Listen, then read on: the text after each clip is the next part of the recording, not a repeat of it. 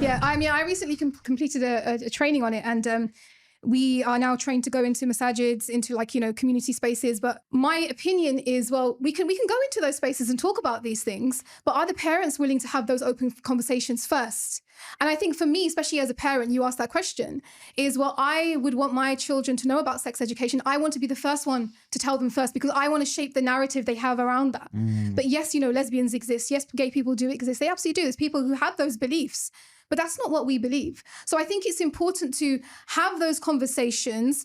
But as a parent, you should try to be the first one to have that, because I think within the schools and within peers, you don't know what they're being exposed to. And not even that, like you said, you just scroll on TikTok and you come across such obscene things. And even at a young age, I mean, there's no, you know, age rating or anything, and you come across absolutely anything. So if they're being exposed to that before you've even had that conversation. Now, let's say you're a parent and you're listening to this and you're like, oh my goodness, they've already come across it and I've not had that conversation with them. It's okay. It's not too late, but you've got to make sure that you here are ready to have that open conversation. And I say this very, very carefully, because I know that I've worked with a lot of parents who still see that as a very big taboo. Shameful to talk about those things. It's why do they need to know about it? But the reality is they're being taught in schools. So if you're not going to teach them, then somebody else is. So do you not want to control that narrative? Absolutely.